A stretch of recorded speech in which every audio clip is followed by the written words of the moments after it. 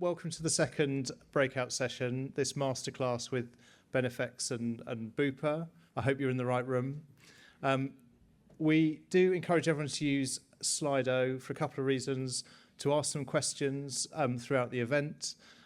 We may or may not have time to get to them, but it would be good to have them on record, and I'm sure we can get back to you with any key ones after the event as well. But then also to rate the session, which really helps us to construct better congresses in the future as well. So thank you for attending. For Slido, we're in partnership 2 and 3, and I'd like to introduce you to Gethin Nadin from Benifex. Thanks. Thanks, Good afternoon, morning. Is it morning still? It's still morning, yes, okay. Good morning. My name is Gethin Nadin. I'm Chief Innovation Officer for Benifex. We're going to be taking a slightly different view of well-being and benefits today. We're going to talk more about moving the conversation away from compensation and individual well-being and more towards company performance and the impact on people's lives. I'm going to talk for a little bit, then I'm going to bring Sheryl up. I can kind of consider myself a theorist, so I think bringing an employer to be able to bring this stuff to life means it's not just me sharing lots of research and telling you stuff that you don't think has any practical application. Somebody's going to be able to tell you, actually, this does materialize in real life. A little bit about me on screen. I share this for 2 reasons. One, hopefully it shows you that maybe I know what I'm talking about, but I guess you'll be the decider of that. And secondly, because I've got a fragile ego, and I think if I can impress you all, you'll all like me. But do a lot of work in this space around well-being and employee well-being and benefits. I chair a parliamentary group called the Policy Liaison Group on Workplace Wellbeing. We're always wanting more employers to come and help us meet with parliamentarians to talk about well-being. We're also trying to push for more kind of tax breaks for employee benefits. If any of you want to be involved in that, please come and see me or just leave your details with the Benifex stand and we can get you involved in those meetings so we can get the government to get out of the way of the stuff that all of you want to be able to do. And before I start, I wanted to talk a little bit about how, in my experience, the organisations that get this stuff right and use well-being and use benefits to drive better outcomes for their organisations think about people in a slightly different way. So you might not be able to read all of this, but across all the major kind of 8 industries globally, we tend to spend about 3 times more on human capital than we do capital assets. So capital assets being computer equipment, machinery, cars, etc. But we don't tend to apply the same return on investment to people as we do those capital assets. It's a significant investment we're making in people across almost all industries, even those industries on that list that are actually quite capital intensive. So manufacturing is an example. It still rings true. It still rings true that we're spending a significant portion of money on people. And so what we're going to talk about today is really playing to the fact that how do we nurture that as an investment, not a cost, that if we look after and we create better conditions for people to thrive, our businesses get better. And again, part of the reasons why we can see this come to life, that it drives better outcomes for employers, is we can link things like employee benefits to increasing Glassdoor scores. If you are a FTSE 100 business in the UK at the moment, and we can increase your annual return on assets by 1%, that's a significant amount of money for most businesses. And we can now link that to increases in Glassdoor scores, of which kind of 20% is directly related to benefits. You've probably heard a lot at this conference and others similarly, probably since the pandemic, that people's appreciation of benefits are going up and up and up. And so it's increasingly playing a big part in people's valuation of employment. How are you there for them when they go through divorce and debt? How are you supporting them through transitions, through marriage, through divorce, all these kind of life events that people will happen? The expectation is very much that you should be there to support the lives of your people, whether any of us agree with that or not. And that perception gap, I think the last session covered, a few other sessions have covered, people do not think you're doing as much for them as you think you're doing for them. And that kind of plays into those changing perceptions. But as well as growing better businesses, as well as using well-being and benefits to create better outcomes for our business, whatever that might look like, whether that's shareholder return, profitability, or even if you're in the public sector, if that's improvement in frontline services or patient care.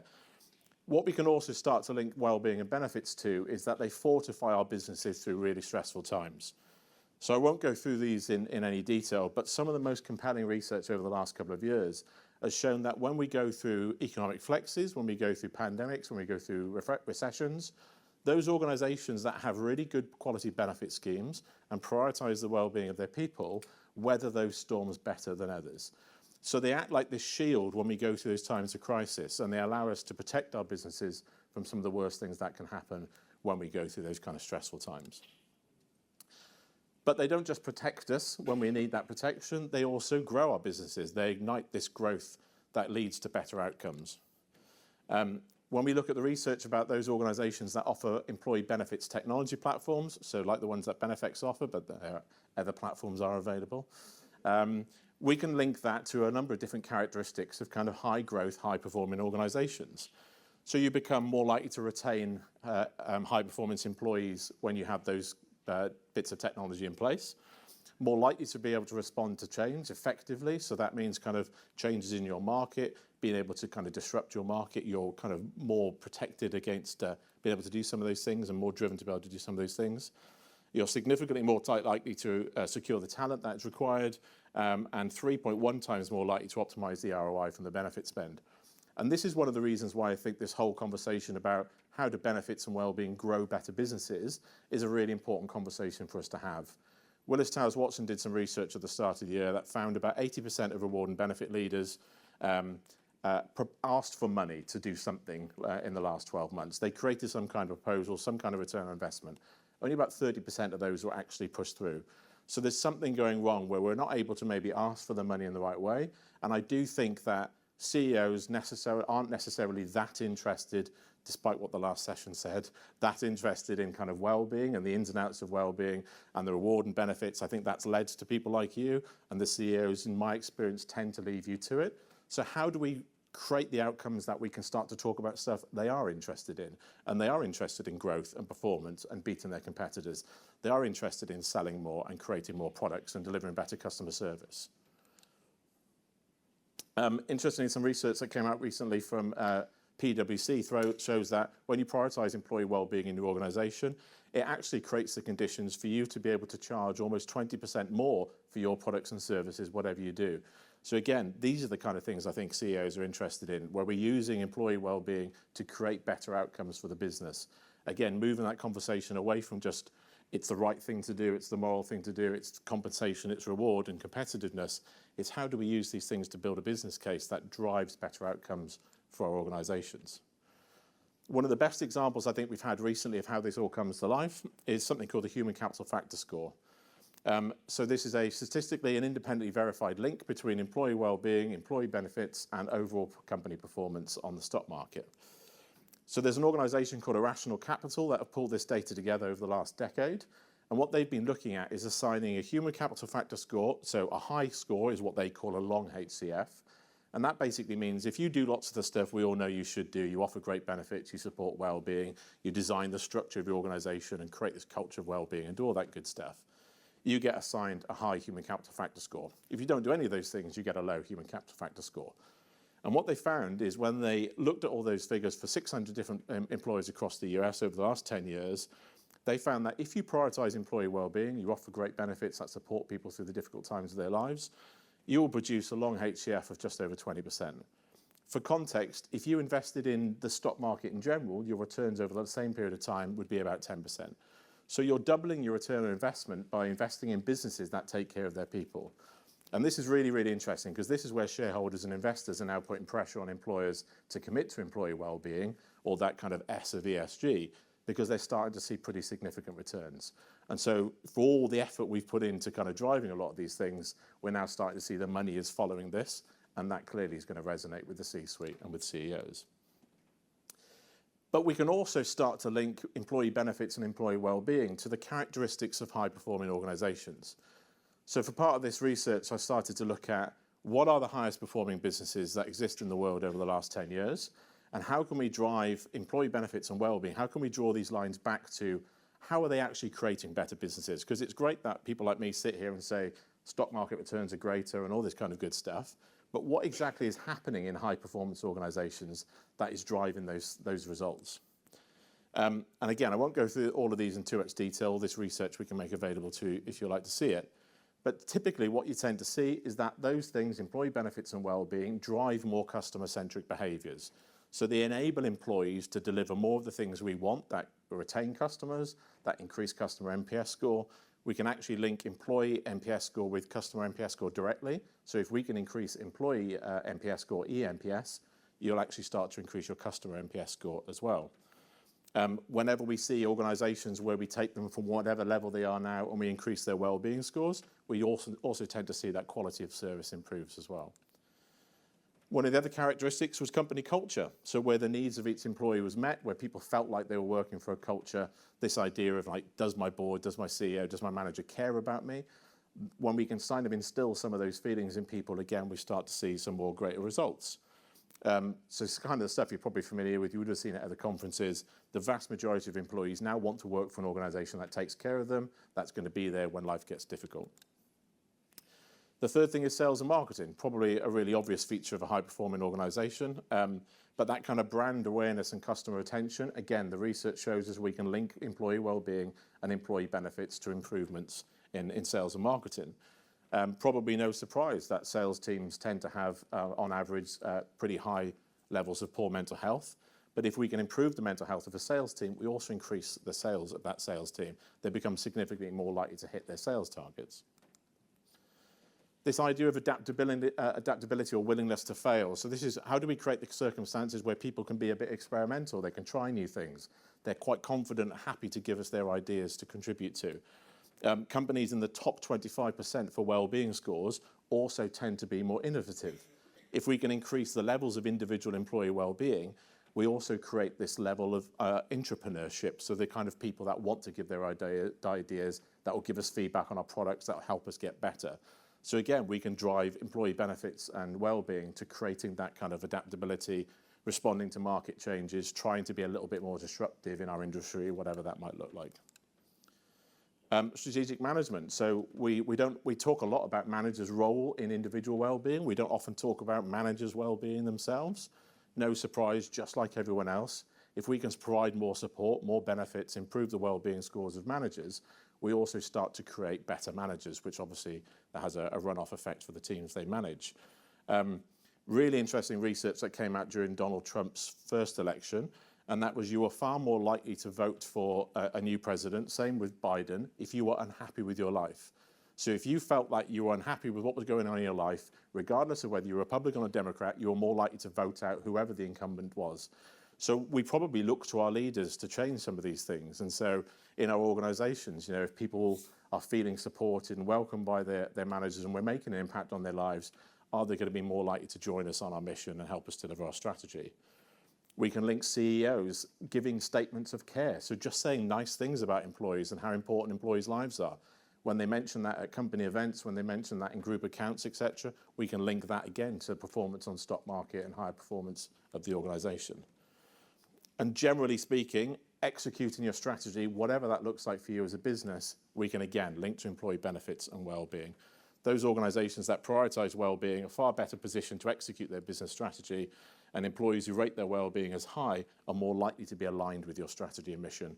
And again, it doesn't matter what industry you're in. It doesn't matter whether you're a capitalist business that's generating profit or you're a non-profit or third sector. All of this research tends to materialise in whatever success looks like for you. We're more likely to get people to be able to reach some of those things. And within all of that, one of the things I wanted to also quickly focus on is when you look at high-performing organisations, that conversation tends to include something called unicorns. So in the UK, unicorns are kind of fast-growing businesses that have hit a certain valuation without floating on the stock market. And again, the characteristics of those businesses are all the things I've talked about. When we prioritise employee well-being, when we prioritise offering benefits, delivering benefits technology, we start to see more businesses become unicorns. Unicorns in the UK at the moment, there's about 45 to 50 of them. They include Gymshark, Just Eat, Deliveroo, and a few others. If you look at kind of what is it that makes a unicorn and all those unicorns that exist in the UK, what are the characteristics of those really kind of rapid high growth businesses, we can link all the things I've talked about. And again, these are separate studies to what I've mentioned before, so I won't go into any detail for the sake of time, but all those characteristics of unicorns, again, we can link back to employee benefits and well-being. The more benefits we offer, if we offer benefits technology, if we improve well-being scores, that creates those outcomes. And I know what people might be thinking when I share all that stuff, that are we just creating big businesses that do a lot of the right stuff when it comes to employees? Or we can actually start looking at a business that's got nothing and start them off with all the mechanisms for strong well-being and employee benefits and see how they fare over time. So this was a study of over 1,000 US startups with benefits, without benefits, and we saw how they went over the 2-year period. If you have employee benefits and employee benefits technology, you are more likely as a startup to hit the 2-year point, and you are also faster at reaching profit than you were those organizations that didn't offer employee benefits. So we can say with kind of a high degree of confidence that employee benefits and well-being support are drivers of high performance. They're not just characteristic of high-performing organizations. And we should know because earlier this year, Benifex became one of the UK's unicorn businesses. So one of the 45 to 50 fast-growing businesses. For a long time, we ourselves have prioritised employee well-being and obviously benefits and forced everyone to have high benefit take-up because of what we do. So we know full well that this has been a driver of our success and a characteristic of that. Before I invite Sheryl up to cover how this is coming to life with Bupa and the support we've been giving Bupa, we are also launching a new AI product next week at our Benifex Forum. If you'd like to come along, come and see us at the stand and you'll get a VIP ticket to that next week. But we are making all this far, far easier for employers to do with some new AI products that we're adding very shortly. And I will welcome Sheryl to the stage to hopefully bring a lot of this to life for you.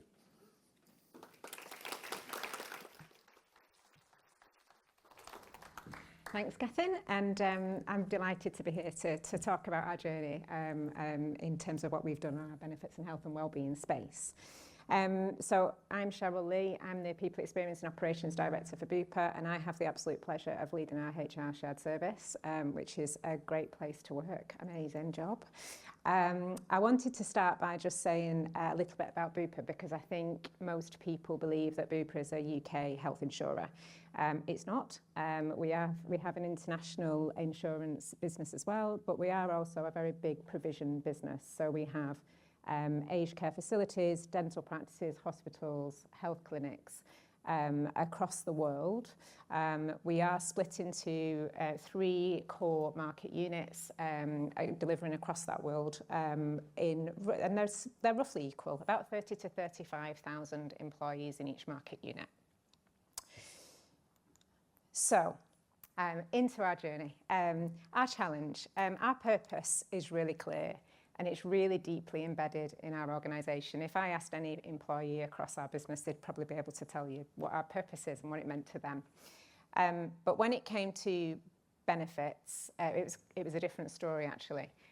When we looked at it, we had 95% of our global spend on benefits targeted at just 40% of our people. And that was typically our senior people within the organisation.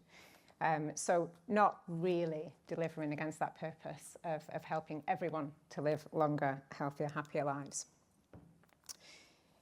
The other problem that we faced was that we had lots of benefits. We really care. We're a really caring organisation and we're a healthcare business. So we'd built up a significant portfolio of benefits, but they were absolutely incredibly hard to find. Our people couldn't find them. They didn't know where they were all over the place. They couldn't make any sense of it. And when people needed us, they weren't really there. So we decided to take action and our vision was really quite simple. We wanted to bring healthcare benefits to every one of our employees, which I think is a pretty grand statement given the portfolio that we were talking about. And we started off by listening to our people because we have a bit of a mantra in Bupa that listening is our superpower. And as I go through this story, I think you'll see that listening has helped to unlock so much for us in this. Our people told us that they wanted visibility and clarity of benefits. They were struggling to find it. We knew that was going to come through. They wanted the ability to engage with their benefits easily when they needed them.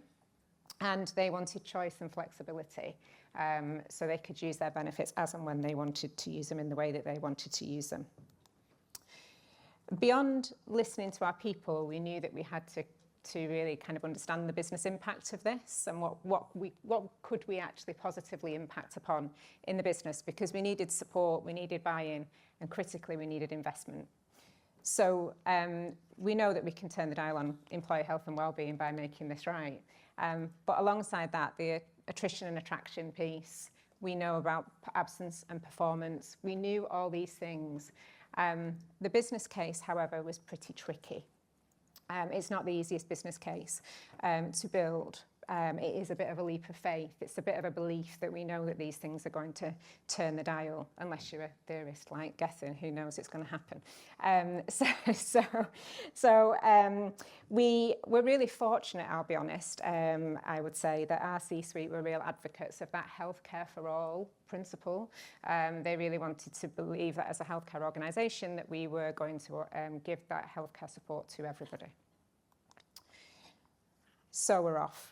We've got the support, and we defined our vision. So that healthcare to all would mean that our people would feel healthier for working at Bupa, and supported by these 6 design principles, which really talked back to those business impacts and those listening outcomes that we had from our people. Making sure that we're driving that customer centricity, we're creating that differentiation, we're making it easy to understand and access when people needed it, we're inclusive, we're delivering against our purpose. All of those things will come to life through these principles. And the principles guided the design of the health benefits offering that we went on to deliver. And Viva was born. So we've branded our health and wellbeing offering as Viva. This was a global decision. So and wherever you go in our global organisation, we talk about Viva. And Viva was structured around the 5 pillars that you see on there. It was purposely not a traditional benefits offering. It's purposely a holistic statement about what wellbeing means to Bupa and what we offer to our people. Knowing that across the globe, wherever you go, it might look and feel different, but each of these pillars are important to each market. Every single market unit took that away, and they looked at what they would want to do to deliver against this in a way that was appropriate for their market, based on their knowledge and intel and their employee insights. So I'm going to talk to you a little bit about the UK. So in the UK, we kind of assess the landscape. Let's have a look at what we've got. Let's do some more listening. And these are the 3 key areas that we focused on. So health is probably quite obvious, health and well-being. Wealth, we know there's a direct link between financial well-being and mental well-being, and we can really make a difference there. And then accessibility. We just needed to crack that nut and help people to get to the benefits that they have available to them. So starting off with health. Our people told us that they didn't want a traditional insurance product. That wasn't working for our frontline team members on the front line in our care homes or our dental practices. They wanted something that was more focused on primary care, that helped them when they needed it, for them and their family. And we landed in a new product. We didn't have this product, it didn't exist. We worked with our internal colleagues to build a new product that really answered exactly what our colleagues were asking us for. So it gave the primary care support through remote GP, through physiotherapy, through access to nurses, but it also offered them the flexibility to purchase an insurance policy should they want to, through an allowance.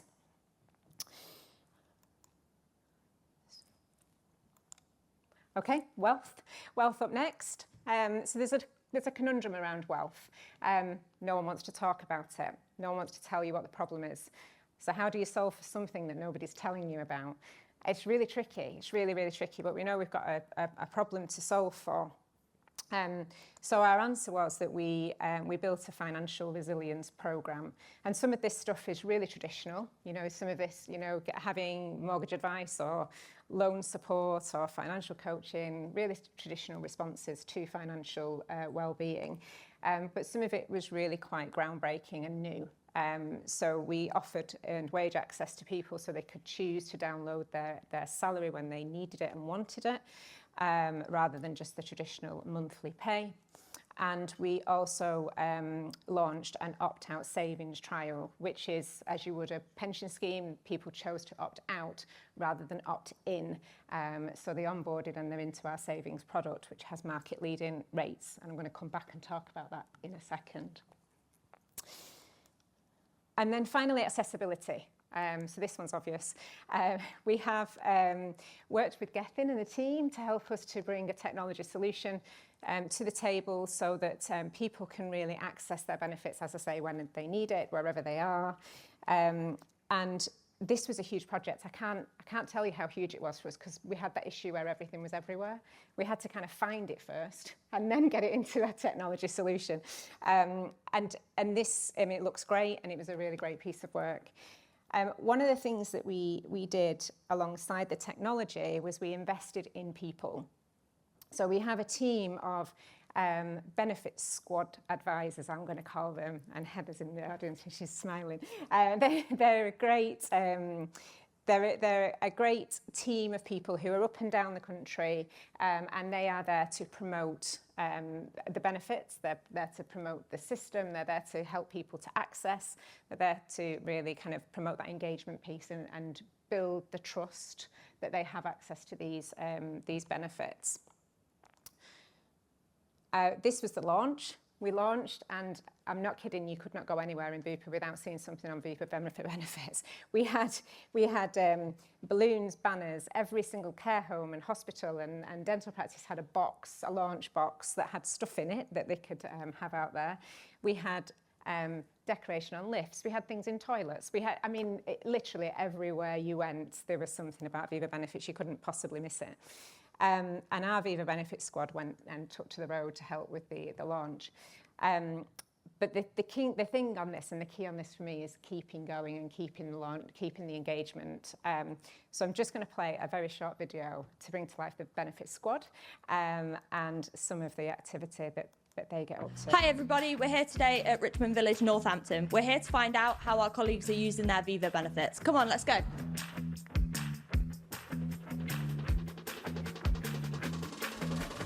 Hi Naomi. Hi. How are you doing? I'm good, thank you. What's your favourite Viva benefit? Well, I'm really looking forward to using my healthcare allowance for the dental care for myself and my children. Perfect. Oh look, it's Chris, Head of Activities. What's your favourite Viva benefit? The eye test and glasses contributions. Perfect. Hi Ali. Hi. What's your favourite Viva benefit? It'll be my healthcare services. What do you like about it? I like the fact that 24 hours a day you've got access at any time to a registered nurse, and that is very beneficial for me and also my children, and it just gives me that bit of reassurance to be able to have access to that service as and when it is required. Perfect. Thank you very much. Thank you very much. Hi Joe. Hello. What's your favourite Viva benefit? My favourite benefit is the Cycle to Work scheme. Thank you very much. Hi Tracy. Hello. What's your favourite Viva benefit? My Bupa Extras. It's amazing. Thank you. Hi Vegan. Hello. What's your favourite Viva benefit?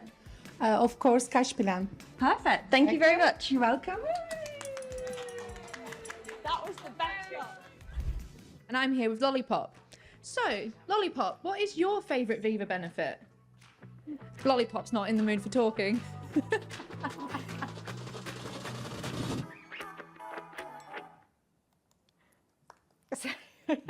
It's just such good fun. The team are amazing. They are fabulous, aren't they?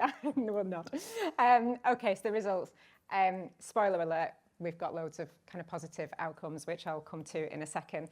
But one of the results that's not in the numbers is that we actually used the product that the employees helped us to build, and it eventually went to market. That's just so cool. That's so cool. Like, they built that themselves and kind of helped us to understand what's needed in the market and where there might be a gap. So here's Julie to tell you a little bit about the results before I do show you the numbers. I promise I will.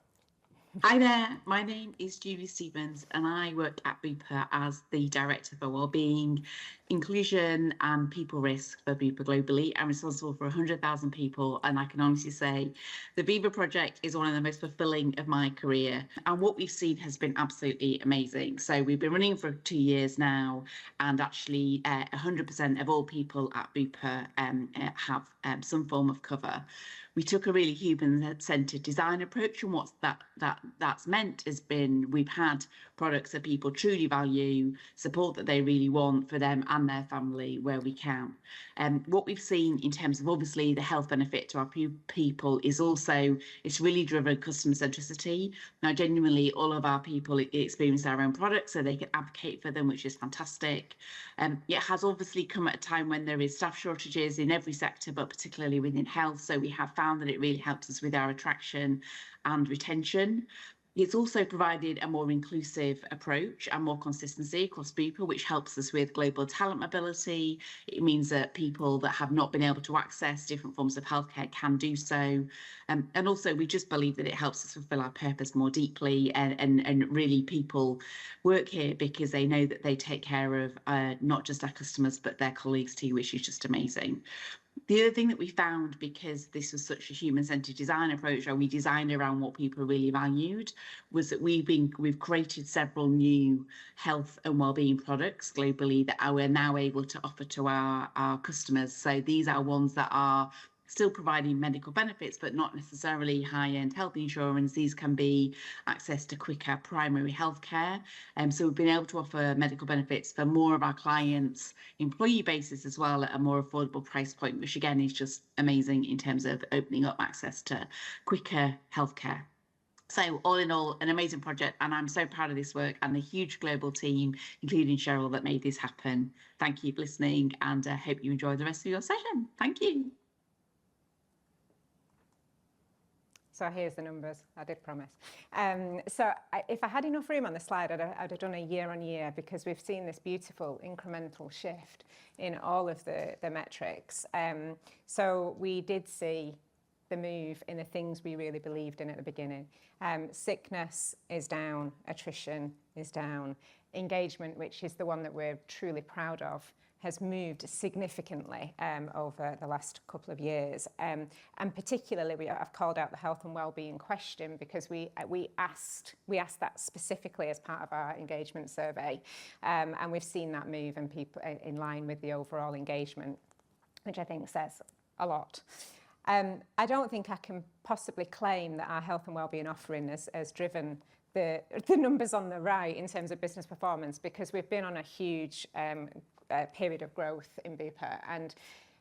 But what I can say is that people feel supported and cared for during a period of growth, and they've contributed to that growth in such a significant way. And you see it all together. You kind of have the perfect triangle, right? We've got customer experience improved, we've got financial performance improved, and we've got people engagement improved. I don't think we could ask for more than that, really. If I go to the main one, 100% of our people now have access to healthcare benefits, and that's the one we really cared about. That's the one we really wanted. We really wanted to make that happen, and it's happened. Our people love it.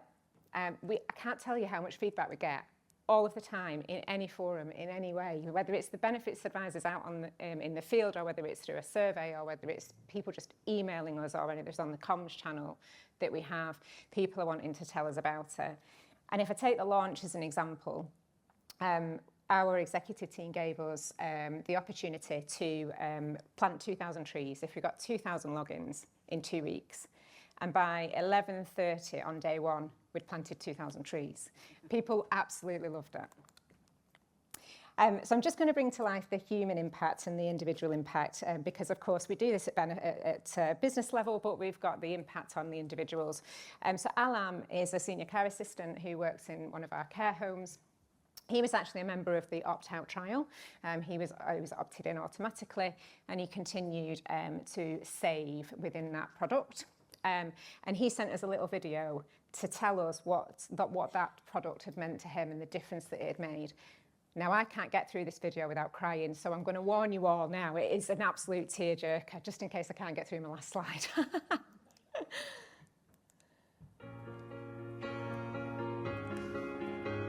Holiday. I'm going on holiday on 15th. I'm going for 3 weeks to Pakistan.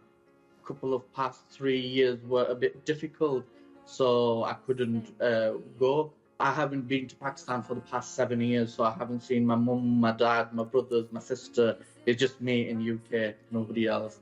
So I potted £1,000 towards my holiday, which was impossible. No, and thank you, please, madam. I ain't lost, just wondering. Round my hometown, memories of friends. Round my hometown, ooh, the people I've met. How the wonders of my world. How the wonders of my world. How the wonders of this world. How the wonders now. I like it in the city when the air is so thick and open. I love it to see everybody in short skirts. Logo कैसा? I like it in the city when two worlds collide. Get the people and the government and everybody in different sides. Shows that we ain't gonna stand. Shows that we are united. Shows that we ain't gonna take it. Shows that we ain't gonna stand. Shows that we are united. From my hometown, memories are fresh. So Monday morning, not Monday morning, it's Monday afternoon. As the rocks are booked up.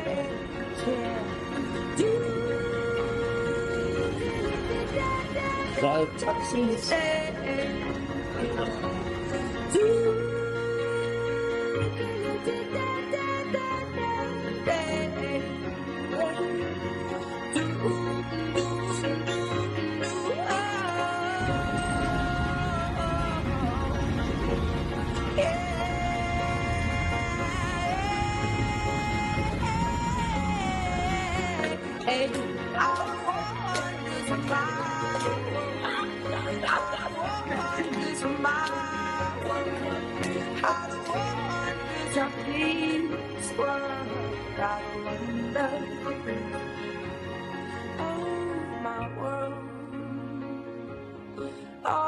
My world, yeah, oh my world, oh my world, yeah.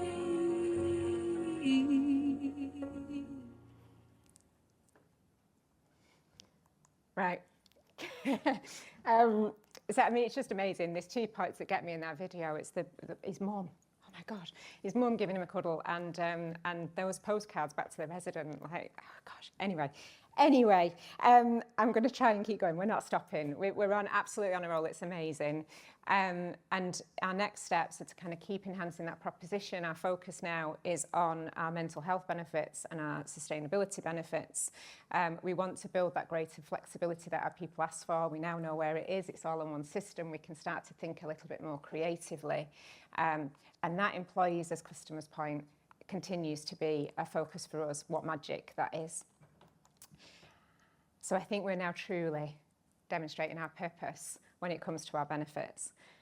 So thank you so much. I think I've landed, it says 17 seconds. That's pretty to the point. Thank you so much, everybody, for listening.